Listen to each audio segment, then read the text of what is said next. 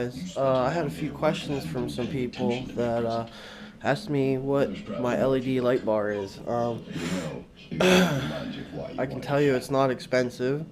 I can tell you it's not a rigid. I can tell you it's not eBay either.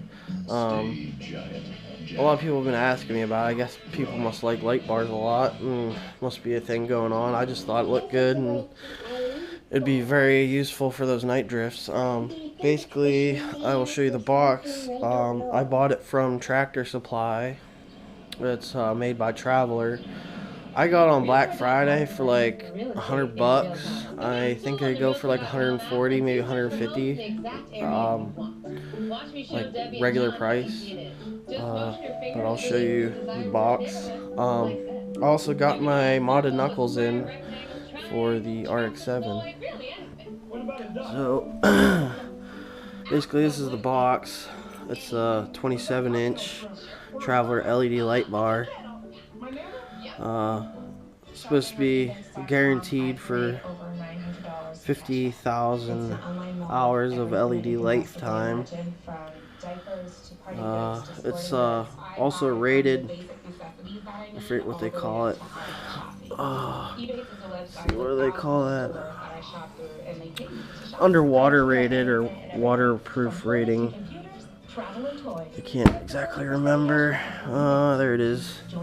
IP67.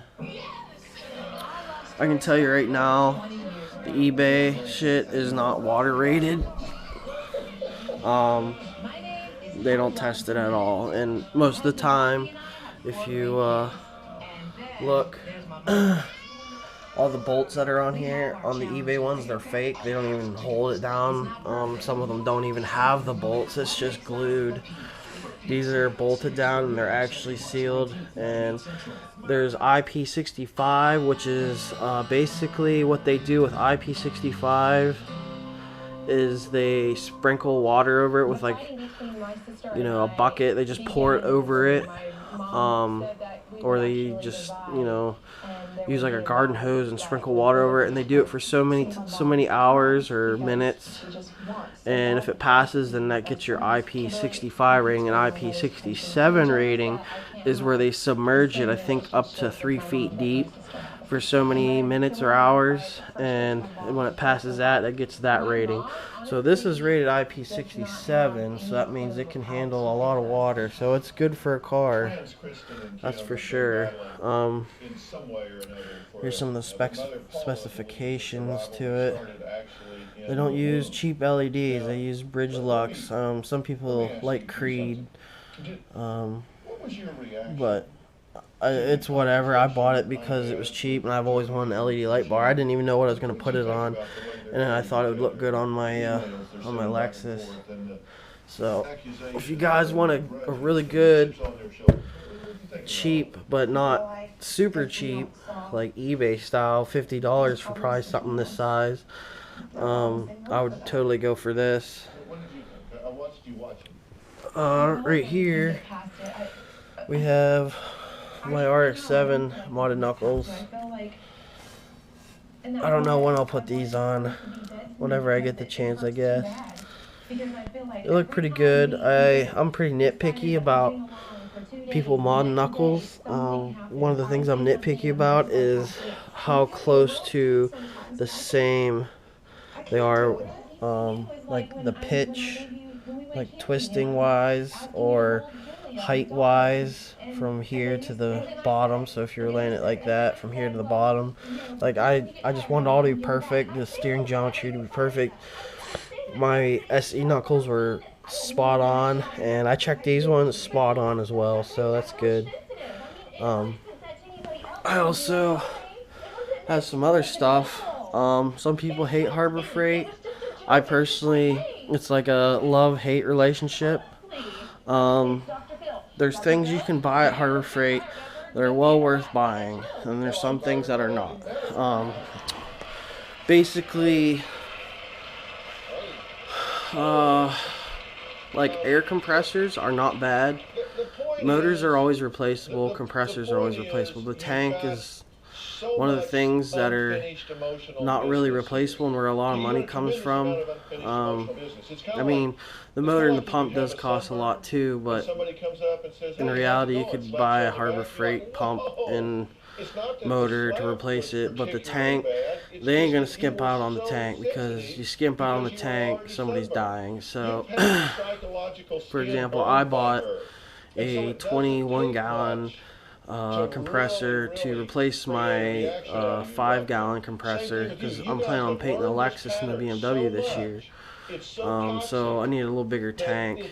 I'll probably connect them both so I can get more volume.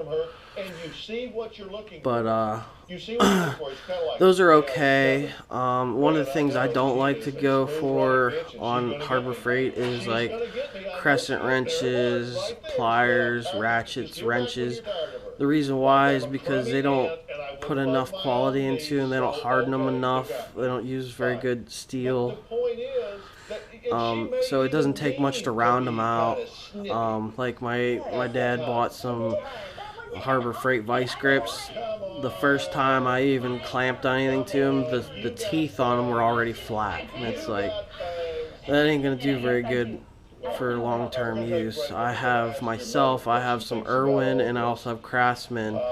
The first time you bite on something, it leaves marks in what you're clamping on, not flattening the teeth on the tool. So that's why I'm saying there's certain things you can buy at Harbor Freight, and there's certain things that you don't want to buy at Harbor Freight.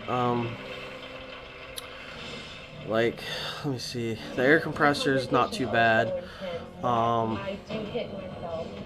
Some electrical tools, you really gotta be careful. If you got a warranty on them, that's awesome. That won't really hurt you a whole lot, because if something goes wrong, you can return it. Another thing, shop press. I have a Harbor Freight shop press. There's nothing wrong. You can go wrong with that. If the bottle jack goes bad, you go and buy another bottle jack. It don't even have to be Harbor Freight. Tube benders can't go wrong, because most of that's mechanical, so there's not a whole lot you can go wrong with. And the parts that are like hydraulic or something, they're cheap to replace. Another thing that we have is a cherry picker. Cherry pickers you can't go too wrong with. You would have to worry a little bit on the hydraulics, but I could probably vouch that the hydraulics are very good. The reason I say worry about it is if you're plugging on a motor and it fails, guess whose motor is getting ruined? Surely ain't mine. I don't have a Harbor Freight cherry picker, but I'm just saying a cherry picker is not a bad tool to buy from there. One thing I can vouch for is their hydraulics are pretty good. My shop has probably 10 of their porta powers. Normally you'd use them for like framework on cars, spreading frames apart and whatnot. We use them for our custom fabrication on stuff, and I can tell you the things are probably over 5-6 years old and have been used repeatedly. And I mean, they're rated for 2 tons, I think, and they have been pushed way farther than 2 tons. They have been through hell and back, beat to hell, and just now they're starting to shit the bed. So we bought some more of the same ones, and they're just working perfect. And the fabrication work we do is not no thin 18 gauge stuff. The stuff we work with gets up to 2 inches thick and can get up into, you know, probably 9 feet in diameter. So you're talking about, you know, over an inch and, you know, 5 foot diameters and whatnot. That's a big shell, big unit. And you're using that porta power to push this shell to get it where you want it to be, straight, whatever. So they hold up pretty good, their hydraulics. So I would probably buy something like that. Things I wouldn't buy be like, I've seen people complain about battery chargers, like the jump boxes, power inverters. I mean, the little tiny electronic stuff that's really stupid cheap, like calculators, it's whatever. When they break, you throw them away. But the bigger stuff, like I was talking about, those you definitely want to get the warranty on them for sure. At least get like 2-year warranty, because if it fails, you're gonna be mad. For like the other stuff, as I said, it's not bad. I'm gonna show you some stuff I picked up. One of them is actually pretty cool. It's for all you car fabricator guys. You guys would love this if you haven't seen it or heard of it. I've known about them for a while. I haven't had time to actually research on buying the kit, whatnot, but what I'm talking about is they call them threaded inserts or rivet nuts. It's one of the coolest things I've ever seen. Basically, for example, I'm going to use these on the BMW door panels. I used self-tapping screws to hold the door panels on. I'm going to switch those out to these threaded nuts, or rivet nuts. Basically what it is something real thin sheet metal, like what I was talking about on the door panel. Self-tapping screws work great for like a permanent thing, but the door panel is probably going to have to come on and off every now and then, and the hole's eventually going to strip out. So instead of welding a nut on the backside and putting a bolt through it, you use rivet nuts. Basically what it is it's almost like a rivet, but it's threaded inside, and you thread the tool inside it, and it pulls from the backside and it crimps it from the backside real tight, and then you unscrew it, and now you have a threaded hole that is real thick, and you can unthread it and thread it a million times and it'll be alright. The ones I bought from Harbor Freight are a little lower end quality. They're aluminum, but they'll do good for door panels. For anything a little more heavy duty, you want the steel ones, and Harbor Freight don't sell them, so you'd have to look up a company that would have the better ones. So I'll show you that.